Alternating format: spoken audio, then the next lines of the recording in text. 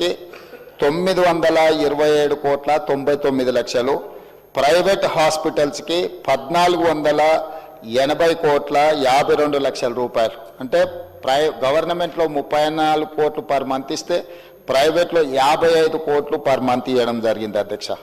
అదేవిధంగా అధ్యక్ష, ఈ రోజు అవుట్ స్టాండింగ్, ఇప్పుడు వారు ఏదైతే చాలా అవుట్ స్టాండింగ్ ఉందని అంటుండ్రో, యాజ్ ఆన్ డేట్ 25th వరకు క్యాలిక్యులేట్ చేస్తే ఈ రోజు వరకు 727.75 కోట్లు. అంటే వాళ్ళు ఇచ్చిపోయిన 600కు మేము 28 నెలల అదనంగా బకాయి పడ్డది 100 కోట్ల చిల్లరనే అధ్యక్ష. మన ప్రభుత్వం ఎక్కడ కూడా ఎప్పటికప్పుడు దాదాపుగా ఇచ్చుకుంటూనే వచ్చినాము. పాత బకాయిలను తిరిగి చెల్లించడానికి, ఆ భారాన్ని వదిలించుకోవడానికి ఇప్పుడు కష్టమవుతుంది. వాటిని కూడా ఏ విధంగా చెల్లించాలనే ప్రణాళిక మనం చేసుకుంటూ వస్తున్నాం అధ్యక్ష. అందులో కూడా గవర్నమెంట్ హాస్పిటల్స్కి ఎక్కువ బకాయి ఉంది. గవర్నమెంట్ హాస్పిటల్స్కి 496.31 కోట్ల రూపాయలు బాకీ ఉంటే ప్రైవేట్లు ఉన్నది 231.44 కోట్లే అధ్యక్ష. సో ప్రైవేట్లో బకాయిలు చాలా తక్కువ ఉన్నాయి.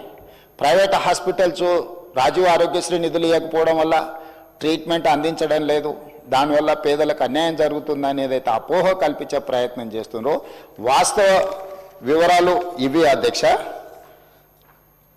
అదేవిధంగా గతంలో 2022-23 రాజీవ్ ఆరోగ్యశ్రీలో నెలకు 102 కోట్ల రూపాయలు దాదాపుగా బుక్ అయితే ఈరోజు 25-26లో ప్రతి నెల 184 కోట్ల రూపాయల హాస్పిటల్కి ప్రజలు వైద్యం కోసం వెళ్తున్నారు అధ్యక్ష. అందులో కూడా గవర్నమెంట్లో 54 కోట్లు, 22-23లో ప్రైవేట్లో 48 కోట్లు.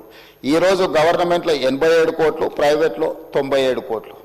సో అన్ని రకాలుగా పేషెంట్లు పెరగడమే కాకుండా 5 లక్షల నుంచి 10 లక్షలకు రాజీవ్ ఆరోగ్యశ్రీ ఏదైతే ఇన్సూరెన్సు ఇతర వ్యాధులను కూడా అందులో చేర్చడం వల్ల ఈరోజు దాదాపుగా మోర్ దాన్ డబుల్ ఈరోజు వాళ్ళు వాడుకోవడం జరుగుతుంది అధ్యక్ష. అదేవిధంగా ఈరోజు అంతకుముందు సీఎం రిలీఫ్ ఫండ్ ఒకసారి తీద్దాం అధ్యక్ష. సీఎం రిలీఫ్ ఫండ్ చెక్కులలో జరిగిన అవినీతి వెనకాల ఎవరు పిఏలు ఉన్నారు, ఎవరు ఆఫీసు సిబ్బంది ఉన్నారు, నిన్న మన కేసులు కావడము, ఇవన్నిటిని ఎవరైతే పేరు మీద చెక్కులు తీసుకెళ్ళి ప్రైవేట్ ఖాతాలలో వేసుకొని ఎట్లా సీఎం రిలీఫ్ ఫండ్ను దుర్వినియోగం చేసిండ్రో కేసులు ఉన్నాయి, విచారణ కూడా జరుగుతుంది అధ్యక్ష.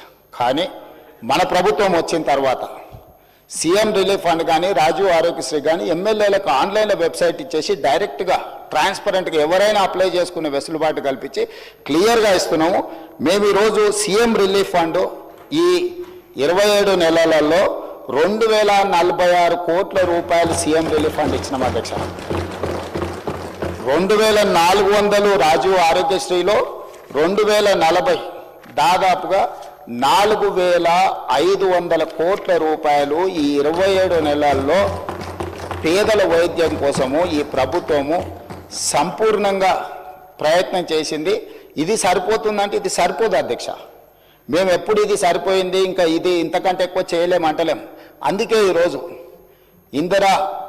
ఇందిరమ్మ కుటుంబ జీవిత బీమా, ఎవరికి ప్రమాదం వచ్చినా సిపెక్ సర్వే ప్రకారం socio economic education employment political and caste survey ఏదైతే రాష్ట్ర ప్రభుత్వం చేసి February 4th సోషల్ జస్టిస్ డేగా పెట్టిందో ఆ సమాచారం ప్రకారం 1,15,00,000 కుటుంబాలు తెలంగాణ రాష్ట్రంలో ఉంటే ప్రతి కుటుంబానికి ఈరోజు జీవిత బీమాను అందించి ఎవరికైనా కుటుంబ పెద్దను కోల్పోతే ప్రభుత్వం వైపు నుంచి ఒక ధీమా ఉండాలి, ఈ జీవిత బీమా ఆ కుటుంబానికి ఒక ధీమా అని చెప్పి ఈరోజు మనం నూతనంగా కొత్త పథకాన్ని కూడా మనం ప్రవేశపెట్టుకోవడం జరిగింది అధ్యక్ష.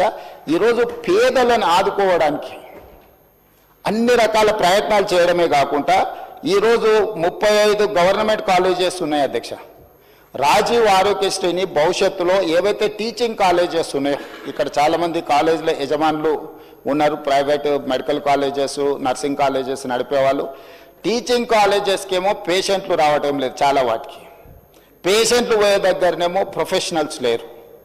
దీన్ని ఆలోచన చేసి అందుకే దీని మీద వివరంగా ఇంకా చర్చ చేస్తాం. ప్రభుత్వం అన్ని స్థాయిలో మేము ఈరోజు అందరి నుంచి సమాచారం సేకరించినాం. ఏ ఏరియాలో అయితే టీచింగ్ కాలేజెస్ ఉన్నాయో, పర్టికులర్గా మెడికల్ కాలేజీలు, రాజీవ్ ఆరోగ్యశ్రీని మొత్తం ఆ మెడికల్ కాలేజ్లకు పంపిస్తే అక్కడ చదువుకునే నర్సింగ్ కాలేజ్ స్టూడెంట్స్కైనా మెడికల్ కాలేజ్ స్టూడెంట్స్కైనా పీజీ చదువుకునేటోళ్ళకైనా ఫర్దర్ స్పెషలైజేషన్ చేసేటోళ్ళకైనా విరివిగా బాధితులు వచ్చినప్పుడు వాళ్ళను ట్రీట్ చేయడం ద్వారా వాళ్ళకి వర్క్ ఎక్స్పీరియన్స్ వస్తుంది. అదేవిధంగా Rajiv Aarogyasri CM relief funds కూడా వాటికే ఇస్తే ఆ హాస్పిటల్ల యొక్క నిర్వహణ మెడికల్ కాలేజీల యొక్క నిర్వహణ కూడా బెటర్గా ఉంటుంది. అందులో పనిచేసే డాక్టర్లు సర్జరీ చేస్తే వాళ్ళకి స్పెషల్ ఇన్సెంటివ్స్ ఇవ్వాలనుకుంటున్నాం అధ్యక్ష. ఈరోజు జీతభత్యాలకే పనిచేసే వాళ్ళు అప్పుడప్పుడు ప్రైవేట్ హాస్పిటల్స్లలో కూడా సర్జరీలు చేస్తున్నారు. వీటన్నిటినీ మనకు తెలుస్తూ ఉంది. అందుకే ఇప్పుడు ఏం ఆలోచన చేస్తుంది ప్రభుత్వం, ఈ టీచింగ్ కాలేజెస్లో చదువులు చెప్పే ఎవరైతే డాక్టర్స్ ఉన్నారో స్పెషలైజ్డ్ ఉన్నారో వాళ్ళు సర్జరీలు చేస్తే సర్జరీలకు వాళ్ళకి స్పెషల్ ఇన్సెంటివ్ ఇవ్వడం ద్వారా వాళ్ళని ప్రోత్సహించాలని ఈ Rajiv Aarogyasri CM relief fund ఇవన్నీ కూడా ఈ మెడికల్ కాలేజెస్కి ఎప్పుడైతే వెళ్తాయో నిధులు హాస్పిటల్ల నిర్వహణ చాలా పకడ్బందీగా జరుగుద్ది. రెండవది అదనంగా పనిచేసే వైద్యులకు అదనపు జీతభత్యాలు వస్తాయి. మూడవది ఈరోజు మనము పెద్ద పెద్ద చదువులు చదువుకున్న డాక్టర్లను హాస్పిటల్ల మేనేజ్మెంట్ కూడా వాళ్ళని చూడమంటున్నాం. సో నర్సులు వచ్చిండ్రా, ఊడ్చే వాళ్ళు వచ్చిండ్రా, తూడ్చే వాళ్ళు వచ్చిండ్రా,